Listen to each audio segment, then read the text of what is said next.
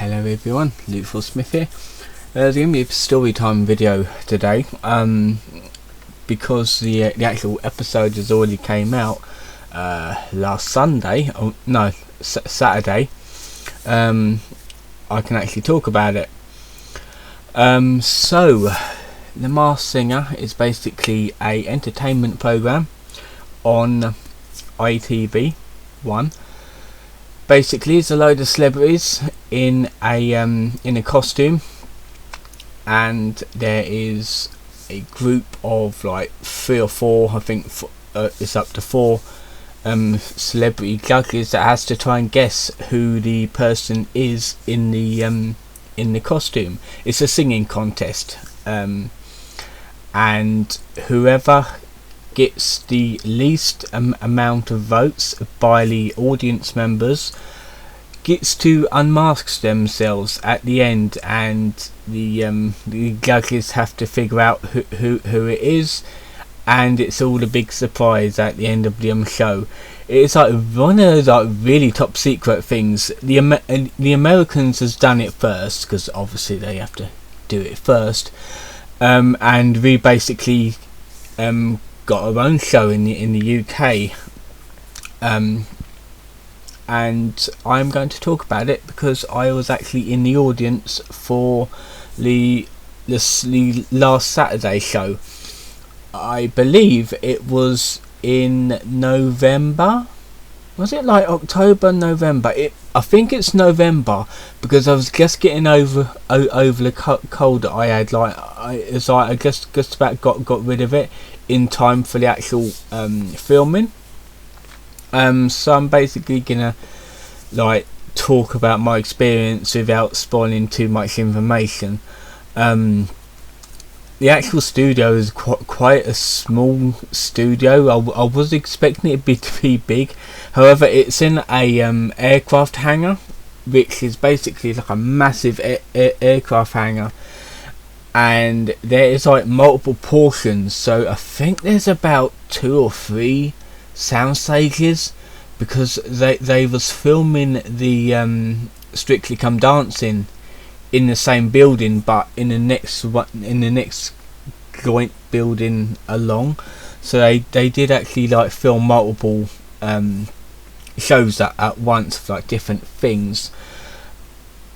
In order to apply for the audience member, it was, to be fair, pretty straightforward. I actually found out in the Hearts Advertiser, it posted a one of their articles on Facebook, and you basically click their link and follow through until you can get to the booking page.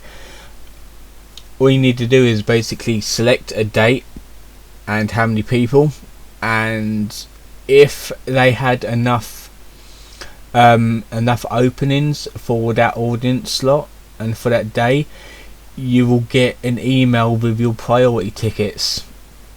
And when I'd done it, the next day that they sent me the tickets through, so that was quite good.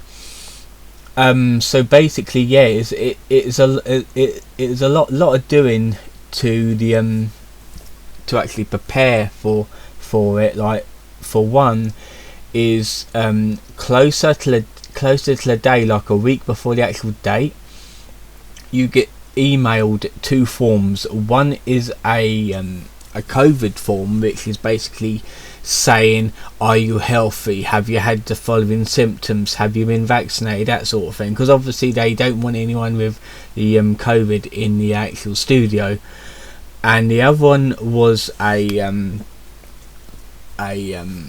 like a contract, basically saying that you're not allowed to basically talk about it before the actual show aired. So yeah, I mean, I'm talking about it now, but it actually aired on Saturday, so I can actually talk about it. So when you get all the stuff done, yes, you got to have like the vaccination stuff. So you got to have like proof of vaccination. You got to have like the COVID pass, even though you don't really need it. Because all they did was like, we actually went there. We actually took our tickets there. They gave us a actually no, they didn't really give us a bag when we first went there, because we had to like join the queue, just to get through the first barrier, which was basically, do you have a COVID pass or card saying that you've been vaccinated? So you could show them that. And then the next bit was the you give your forms in, which is in this great big tent that you're in. So you have to give the forms in and I think they give you a bag. I can't remember if they give you a badge or not. It was in November. I can't really remember if I actually had to wear a badge or something. And then you just go through security, which they give you a pouch. Well, you give them your phone, they'll put it in a pouch, magnetic thing. You have to wear it around your neck, so you still got it with you, but you cannot access it. And then you have to go through the security, do all that stuff. And because when you give your forms in, they give you a wristband. They give you a wristband to actually gain entry. And then the long wait, almost an hour and a half. He was waiting in this one hall with over 100 people. And later they called them through into groups, groups of 20, 25, something like that. So when the group get called, you have to go along the outside of the building into the main soundstage, which they'll give you a number pad. And now how you select who your favourite person is that you wanted to go through. You get given a number pad, and it's got numbers 1, 2, 3, 4 there, and you basically have to do it when you get told to at near the end of the show. So you're basically sitting down, and there's massive 2 heads at the 2 back corners of the soundstage, and it's all these lights and everything. It did look really nice. Quite impressed. And where we were sitting, there was a couple of seats in, but in one of the not in the back row, because you got this you got all these seating around these rounded tables, and then behind it you got a catwalk behind it. There was 2 rows after the catwalk and 5 rows in from the right hand side, where the judges panel is. We was kind of close to it, but 5 seats away, so you could actually see the celebrity judges quite well. It wasn't obscured or anything like that. And it had all these cameras around, because they needed to film the audience for reaction shots and stuff. So anyway, we had to wait another half an hour for everyone to get in, get everyone settled, and then the show starts. The presenter does the spiel, the regular stuff. What you see on TV is nothing compared to the actual, when they actually film. It's a long time. It takes ages to film stuff, and they sometimes have to do reshoots and stuff with the judges and that. You're in there for the long haul, in other words. There are little intervals, they have breaks, but it's not as long as the commercial breaks, what you'll see on the TV. Once I say, I'll be going to a commercial break now, and they're about a minute later they'll come back and carry on with the show, which is good. And when the judges start to talk about the actual contestants that won there, and it's 5-minute talk throughout the judges, just try and guess who they would be. That's a 20-minute talk. They cut that bit down a lot, but it was a really good experience. I got to admit, it's really nice. You don't actually see who is actually behind the mask, because they do all that when they say take it off, but the sound cuts out and they just let go of their head. They do not actually take it off, because they select a few people to stay behind, a few audience members to stay behind, and they have to sign another contract to basically keep it like hush hush, because they don't actually want to. Obviously, they don't want people or the media to know who is actually behind the mask. So I was one of those people who had to leave with all the rest. They only had a handful of people in. I think it's about 30 people what they kept through. So when it's like the last bit, where the actual person is revealed and does their song, the audience members, instead of being behind it like this, they're down the side, beneath the judges panel, so they have to move position, and that's where they filmed that bit. So it's quite interesting how they do it. Let's see, I'm trying to think of what else. I think I've basically said like everything that I can say, really.